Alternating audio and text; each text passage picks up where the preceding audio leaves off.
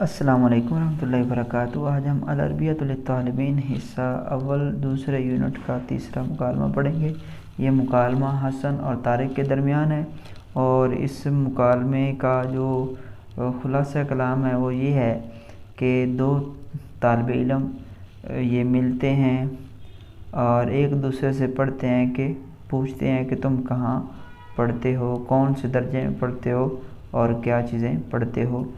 تو اس طرح اگر پوچھا جائے تو آگے جواب کے اندر کس طرح سے الفاظ استعمال کرنے چاہیے، کون سے کرنے چاہیے، وہ طریقہ اس مکالمے کے اندر سمجھایا جائے گا۔ جیسے حسن اور طارق ایک دوسرے کو ملتے ہیں اور حسن کہتا ہے اہلاً بک یا طارق، اے طارق آپ کو خوش آمدید۔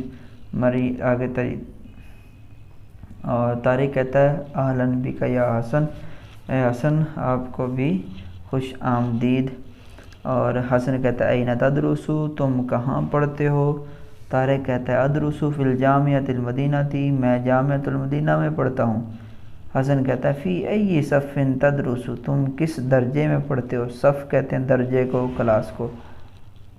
تو جواب میں کہتا ہے ادرس فی الصف الاول، میں پہلے درجے میں پڑھتا ہوں، یعنی درجہ اولی میں پڑھتا ہوں۔ ماذا تدرس، تم کیا پڑھتے ہو؟ ادرس النحو والصرف واللغۃ العربیۃ، میں نحو، صرف اور عربی زبان پڑھتا ہوں۔